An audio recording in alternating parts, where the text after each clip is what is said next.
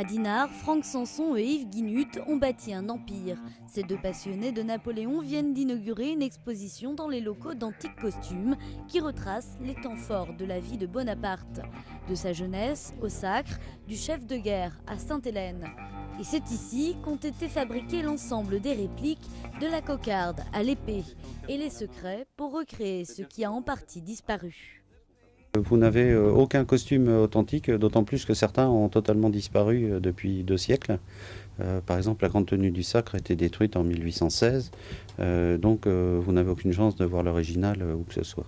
La couronne a été refaite à partir d'une feuille que Napoléon a perdue lors d'une répétition, quelques jours avant le sacre. Et donc il a offert une des feuilles à une des personnes présentes.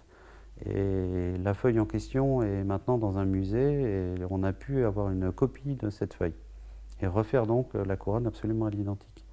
Avec les armes, certaines parures avoisinent les 40 000 €.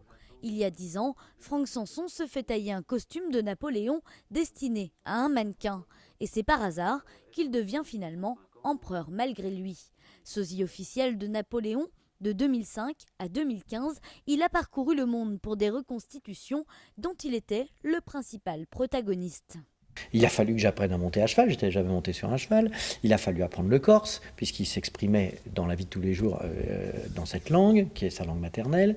Et puis, il faut apprendre à connaître Napoléon, l'homme. Comment se comportait-il dans la vie de tous les jours, ses colères homériques connues, où je piétinais mon chapeau, des choses comme ça.